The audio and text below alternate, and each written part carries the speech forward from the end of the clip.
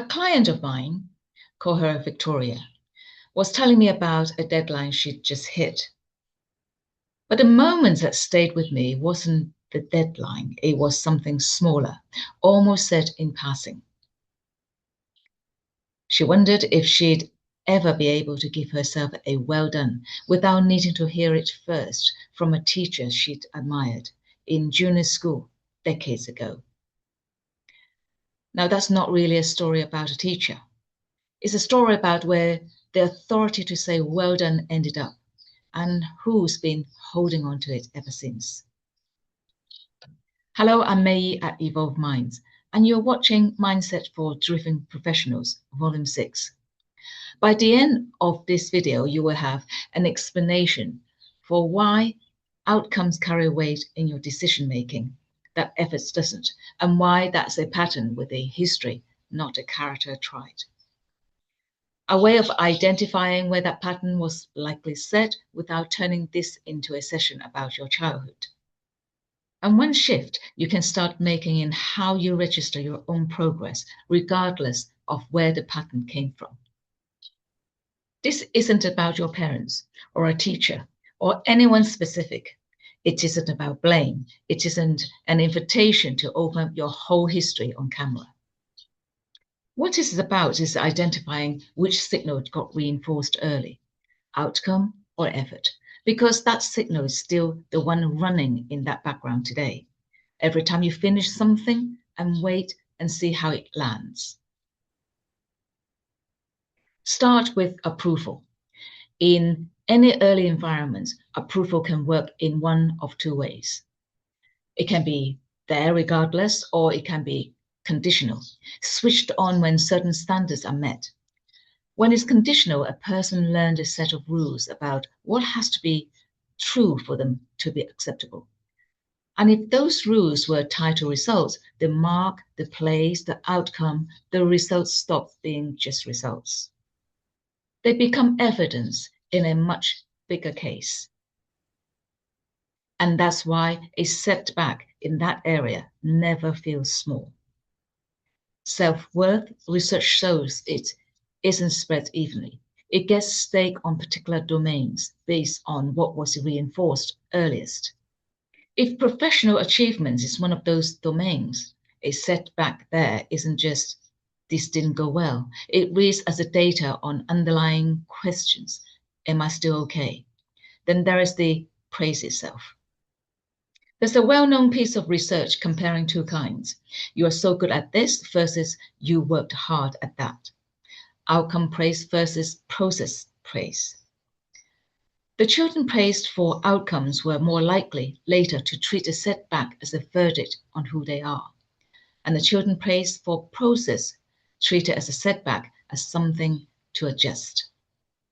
Same setback, different unit of measurement, set by praise they'd been given. And underneath all of it, simply reinforcement, attention, approval, visible relief. If those things show up when a result lands, and largely don't show up during the work that produced it, then attention gets trained onto the result as the only thing that counts. The hours of drafting, adjusting, redoing, none of that gets marked. Not because it wasn't real, because it was never what anyone responded to. Now put it together. You get a rule set early, rarely examined, still running. Process doesn't count until it produces a result. And the sense of am I okay has been quietly attached to that result ever since.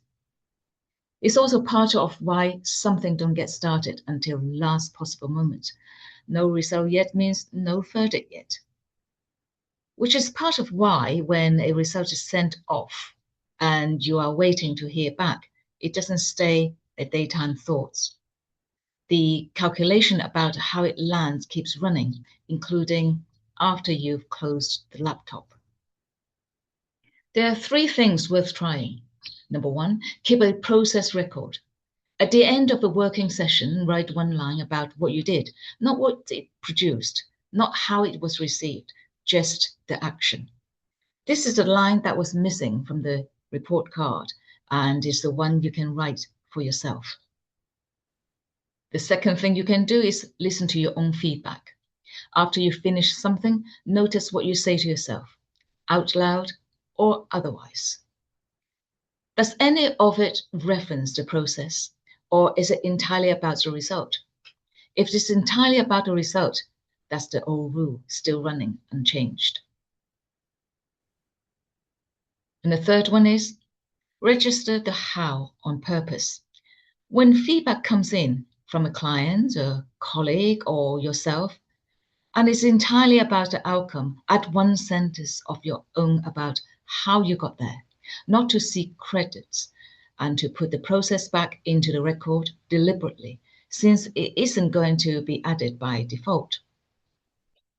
Now, there's the fourth one. This one runs in the other direction. If you give feedback to anyone earlier in their career, someone on your team, someone you mentor, you are now the one deciding what gets marked. Outcome only, or does any of it name what they did to get there? That's not a separate task, and it isn't about anyone's upbringing, including theirs. It is the same rule running in the other direction, and this time you're the one setting it. None of this rewrites what happened early on. What it does is to make the rule visible. Process doesn't count, only the result does. So you can start adding the missing line yourself, instead of waiting for it to arrive from somewhere else. And if the only thing that was ever marked was the result, it makes sense that when a result is still pending, sent off and waiting for a reply, you go looking for someone else to confirm it landed. That's next time in Volume 7. Please like and subscribe and help out by sharing. This is Mei Yi at Evolve Mind. I will see you in my next video. Thank you for watching.